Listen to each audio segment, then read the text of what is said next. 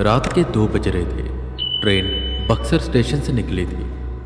हालांकि उसे कब का बक्सर स्टेशन पहुंचकर वहां से निकल जाना चाहिए था, पर आरा स्टेशन पर सोनिया रस्तोगी और हर्ष रस्तोगी चढ़े थे H1 कोच में। उसके पहले कैबिन को जब उन्होंने खोला तो उन्हें दिखाई दी लाश पुष्कर अस्थाना की। केस काफ़ी पेचीदा था।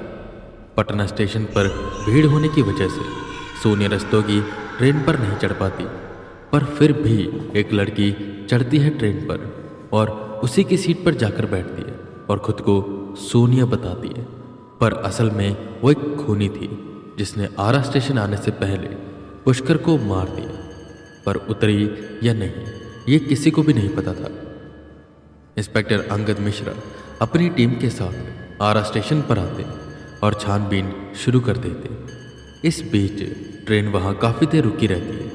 कोशिश की जा रही थी कि ट्रेन और रुकी जाए, पर क्योंकि कल एग्ज़ाम था और उस ट्रेन में काफ़ी स्टूडेंट्स थे जो उतर कर स्टेशन पर ही प्रोटेस्ट करने लग जाते हैं, तो इस वजह से ट्रेन को चला दिया जाता है और ट्रेन में ही इन्वेस्टिगेशन हो रही थी।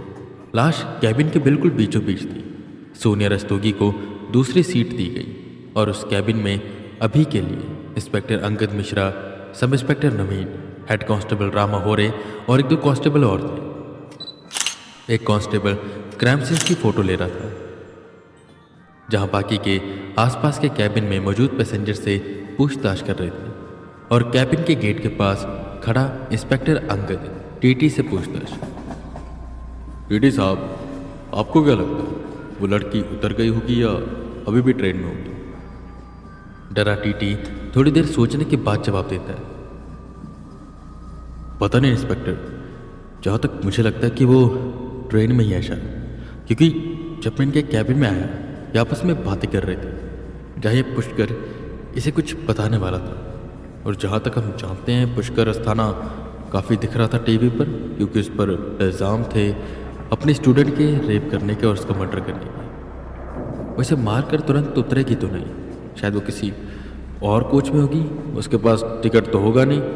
और आरा में तो हमने चेकिंग लगाई थी, कोई भी बिना टिकट के बाहर गया ही नहीं, सबके पास टिकट थी जो भी गए।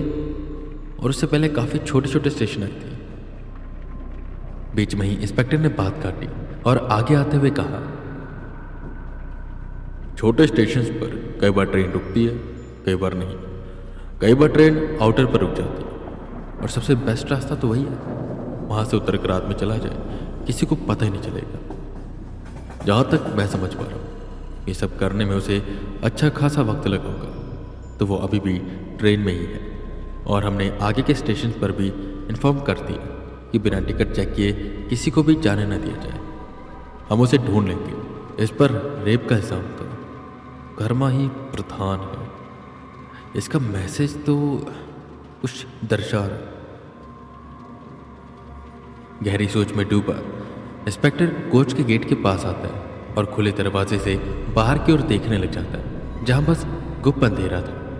पर वो उस गुप्त अंधेरे को ऐसे देख रहा था जैसे उस गुप्त अंधेरे में कुछ है, पर देखने में ऐसा प्रतीक हो रहा था कि जैसे वो कुछ गहरी सोच में डूबा हुआ। उड़ीसा में वो विचेस का गांव, हावड़ा में मिली फिर वो मशहूर बिजनेसमैन की लाश, वो जो अपनी मेट्स के साथ दुष्कर्म करता था, और ये ट्रेन हावड़ा से आ रही। कहीं ये नहीं हो सकता जिसने इसका मर्डर किया वो सुषमा की कोई रिलेटिव या दोस्त हो। उनके पास भी तो इसे मारने का रीज़न है। क्या करूं, बिना किसी सबूत के मैं कुछ कर भी नहीं सकता। इंस्पेक्टर माथा खुजाने लगा और सोचने लगा कि उसे क्या करना चाहिए। वहीं दूसरी तरफ जैसे एक खबर बाकी कोच तक पहुंची, लोग सोशल मीडिया पर इसे शेयर करने लगे। कुछ लोग फोटो भी लेकर आए चोरी से उस कैबिन की ओर जाकर और अपलोड कर दिया सोशल मीडिया पर, और तुरंत ये न्यूज़ आग की तरह फैल गई और ये वायरल हो गई।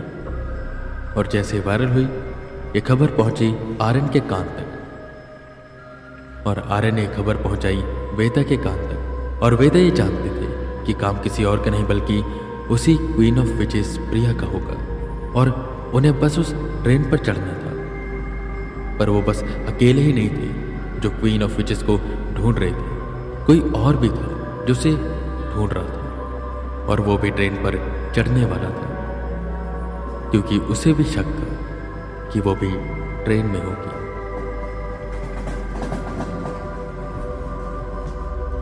आधे लोग ट्रेन में सो चुके थे और आधे जागे हुए थे। उन्हें अच्छे से नींद ही नहीं आ रही थी, और आती भी कैसे? जिस ट्रेन में थे उसकी कैबिन में मर्डर हुआ था और शायद जो खूनी था वो अभी भी ट्रेन में ही घूम रहा था। वैसे एक लड़की एक डिब्बे से दूसरे डिब्बे में जा रही थी, जैसे कुछ ढूंढ रही। लाइट्स बंद थी और भीड़ भी थी। बहुत से स्टूडेंट्स फ्लोर पर लेटकर सो गए थे, तो बहुत से टॉयलेट की साइड पर। जगह इतनी ज्यादा भी नहीं थी। खैर, किसी तरह यहाँ वहां पैर रखते हुए वो आगे बढ़ रही थी। भैया, ये कौन सा कोच है? उस लड़की ने एक सोते हुए आदमी को जगाते हुए पूछा, जिस पर कलसता हुआ वो आदमी बोला, अरे कौन है यार इतनी रात को? अरे बहन जी, ये S4 है। वो लड़की कुछ नहीं कहती और बस आगे बढ़ने लग जाती। S2 में आते ही वो सीट नंबर 23 के सामने पहुंची, जहां पर एक शख्स लेटा सो रहा था। उसने भूरे रंग की चादर ओढ़ी हुई थी और वो जोर जोर से खर्राटे ले रहा था। उसके पैर के पास वो बैठ गई। जैसे वो उठा, उसने हल्की हल्की आंखें खोली तो देखा एक सुंदर सी लड़की उसके पैरों के पास बैठी हुई थी। उसके मन में शरारत आई। उसने अपने एक पैर को थोड़ा आगे की ओर बढ़ाया और उसको पीछे से टच करने लगा, जिस पर वो लड़की कुछ न बोली। उसकी चुप्पी को हाँ समझकर उसने अपनी लात को ऊपर की ओर उठाया और उसे छेड़ना शुरू किया। वो अपने पैर के अंगूठे से उसकी पीठ को छूता है और धीरे धीरे नीचे आने लग जाता है, जिस पर वो लड़की मुस्कुराई और उस शख्स को देखने लगी। उस शख्स को लगा बस उसका काम बन गया। उसकी पूरी नींद उड़ी और वो अपनी सीट पर बैठ गया। सुनो, दाएं वाले टॉयलेट में मैं इंतजार कर रहा हूं, जल्दी आओ। धीरे से उस लड़की के कान में बोल। वो उठा और टॉयलेट में गया। वो लड़की मुस्कुराई और उसके पीछे पीछे गई। वो जैसे ही टॉयलेट के सामने पहुंची, ये जो दाईं और टॉयलेट था उसका दरवाजा खुला और शख्स उसे अंदर खींचकर दरवाजा बंद कर लेता। जहां वो सो रहा था वहां तो अंधेरा था, पर टॉयलेट में रोशनी थी, जिसे अब वो उस लड़की को साफ साफ देख पा रहा था। सुंदर सा चेहरा, रेशमी बाल। उस आदमी ने उसकी कमर पर पकड़ बनाई और अपने होठों को उसके होठों के पास लाने लगा, जिस पर वो लड़की मुस्कुराती है। पर ऐसा लग रहा था जैसे उसकी इस मुस्कान के पीछे कुछ राज छुपा, कुछ ऐसा राज जिसे अगर कोई भी जान जाए तो डर जाए।